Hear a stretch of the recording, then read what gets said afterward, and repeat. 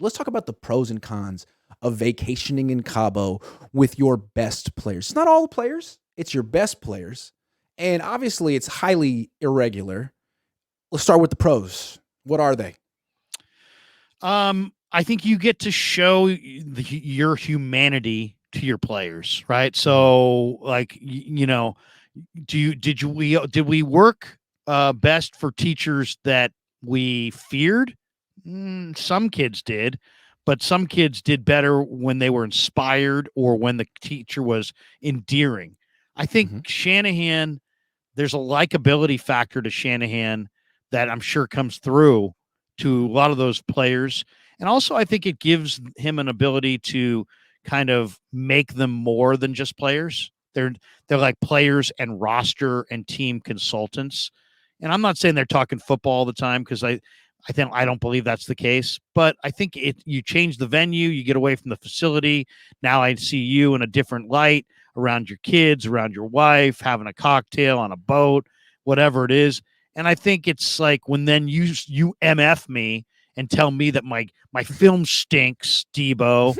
Suddenly, I think Debo's there with you because you know what, Kyle's real, and he's not a bad guy. I know that, but he, just jumped down my S and is telling me where I'm effed up. You know what I mean? So I think there's some communication leeway that you get when the players don't just respect you and fear you, but actually kind of like you, and you're a little bit endearing to them. That's the pros. I like that. I think there are more pros, and not necessarily from a team perspective, but from Kyle's perspective, and not just from a job security perspective. Coaches get fired all the time. And frankly, he's lasted a lot longer than other coaches who haven't won a Super Bowl. He's doing good. But you always got to think about staying employed, and especially on a team that fired Jim Harbaugh with a 750 winning percentage. Like, you really have to think about this. So Jim may have lost the room. I don't know. We could talk about that at a different time. That's what I'm trying to say. That's what I'm trying to say. So Kyle is making sure he doesn't lose the most important, highest paid players on the team. So if anything were to happen and there was some type of mutiny, or the Yorks changed heart and they didn't like him anymore, they finally held him responsible for this quarterback ridiculousness, you'd have George Kittle, Debo Samuel, Trent Williams, Nick Bosa, all the guys who the Yorks write the fattest checks to, walking into the office saying, what the hell is going on? I'm not playing for this team anymore. What are you doing? I mean, do the Yorks want that kind of smoke? I think Kyle Shanahan understands that and looks at them as like, a buffer, shields, job security. You want Trent Williams on your side, obviously. Yeah. And not just him. I mean, because, there's the old saying, well, you can get rid of the coach a lot easier. You can get rid of all the players. Well, then, but most players will just be like, all right, I like the last coach, but I'm just going to, I'm going to be a fan of the new coach because it's in my best interest to do so. What happened when Harbaugh got ran out of town? Justin Smith retired. Patrick Willis retired. I mean, that team they were like, Tom Sewell's our coach. I'm out. Out. You done? Out. You want to quit? You want to quit? You want to quit? All right, cool. Like, I think that's what Kyle's thinking here. Like, yeah, go ahead, fire me. You don't like what I'm doing at quarterback? Okay. Well, let's see what George Kittle and Eric Armstead. Well, Eric Armstead doesn't go to Cabo, but let's see what the Cabo guys do if I'm not here. Debo's my friend. We talk about it, right? This is his friend. Debo's. How are you so confident you're going to work out this contract with Debo? Well, we're friends. Oh, okay. That's good. Well, I know that's funny. People ask all the time, what do you think? Who's the receiver that's going to be here long term? And I always think, well, push comes to shove. Kyle loves Debo, and he looks at Debo as maybe even more than a player. Family. They go to Cabo together. And I don't know that they're talking about football. They're probably talking about other things. I'm telling you, I think if I were Brandon Ayuk and I didn't get the invitation, maybe he did, but maybe I didn't get the invitation to Cabo, I'm thinking, yeah, I probably shouldn't buy a house in the Bay. I'm not going to buy a house in the Bay. Here's the one thing, though, about the Cabo thing. The one thing I always look for is, do your players who are hurt make an effort to come back late in the year? And there were times on past teams with past coaches where Jimmy did guys were hurt and they just didn't come back. For the most part, I feel like the Niners seem like they get guys to come back. Now, Jimmy 2020. I think that sealed his fate too. Everyone else did for the last two games. Okay, but let's do the cons now because we didn't do them all. We didn't do any. And I think there are a lot of cons you need to talk about. Yeah. We need to talk about. So you start. I think the cons are that when you like a player, it's hard to separate from that player. I think also, when you're going to have to face somebody up, you're more apt to want to have, do what you can do to make it a good relationship. And your job as the head coach is not to make a good relationship. It's to win Super Bowls. And I'm not saying that those things don't go hand in hand. They kind of do, but the Super Bowl part of it, your relationships are important, but there's a certain, you go to the greatest personnel people of all time. There's a certain coldness to Jimmy Johnson. There was a certain coldness to Bill Walsh. Right. Randy Cross tells the story. Belichick. Walsh came up to him and said, "Hey, you got about 5 good years left, but only 2 of them will be here." Like, right. What? Sorry. Well, it's that kind of thing that I think Shanahan. Now, we did see a glimpse of it last year with Jimmy Ward, where he had a real hard conversation. He basically didn't want to. He wanted to play Jimmy Ward at the nickelback and not the free safety spot. I think it's just because he had another free safety, and it was there. It was the Niners' best lineup to put Jimmy not at free safety, but Jimmy wanted to play free safety because free safeties make more than nickelbacks, and so Shanahan had to basically broker that thing and tell him what was up. And sometimes that's harsh. So can you deliver harsh messages to guys you vacation with? That's the question I would I'm have. surprised he did it to Debo. I thought the answer would be no, but my other question was, what took you so long, man? You saw this during the season. How did it take you this long to deliver the message? And also, what's up with Trent Williams and him tipping plays? Did you have the conversation with Trent, or are you scared of Trent? I want to know what's going on there. So those are some big cons. One more.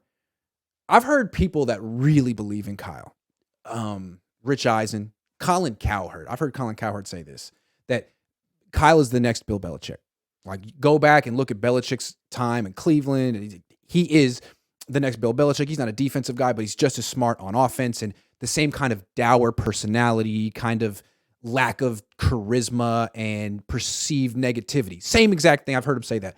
Okay, fair enough. Well, Bill Belichick created a specific culture in New England where he was extremely critical of every player on the team from Tom Brady down, right? That's what he did. Right. Tom Brady allowed him, and that's what he created. Well, Kyle hasn't exactly done that because Bill Belichick wasn't going to Martha's Vineyard with Tom Brady and Wes Welker and Julian Edelman and 7 of the best players in the team and being friends with them. Bill Belichick had no desire to be friends with his freaking players. Kyle seems like he's Bill Belichick with 46 players on his team, but the other 7, and that's not being Bill Belichick, man. That's a big difference. I see a Steve Kerr type situation with Kyle where he lets some of his players on his level, Draymond, Steph, Andre, Clay, the old Kerr's. I'm not saying that he can't coach them hard. I'm sure that he does. I'm sure that he's real with them. Right. But he also gives them a seat at the table.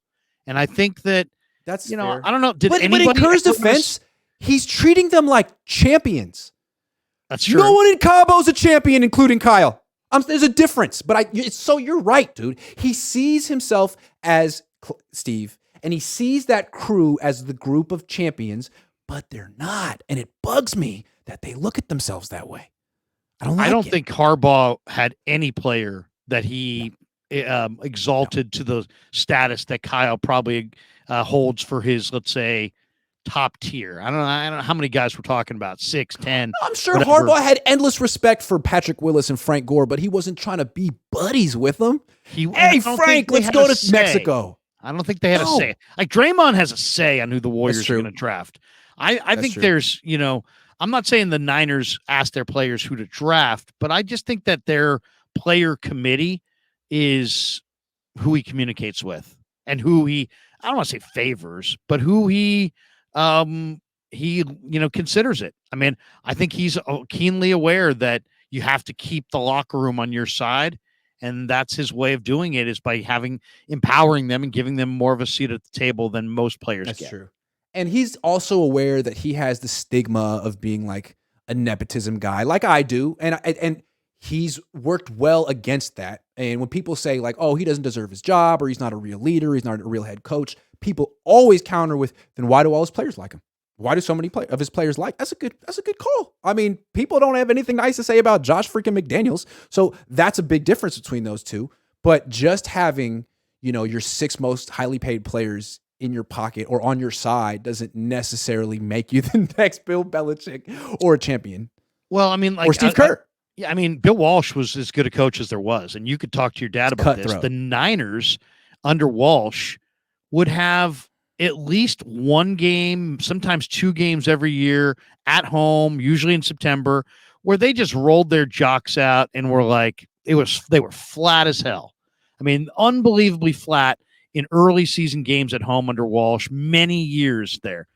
The one thing I can say about Shanahan, and I really feel this way watching it, I feel like his team balls out. I feel like his team shows up. They play with energy. They fly around. I don't know if that was Saleh or D'Amico, because you see it maybe manifest itself after the defense. bye week. But there's not been one game in the Shanahan regime where at the end of the game I felt like, man, that was just a lackluster energy, a lackluster effort.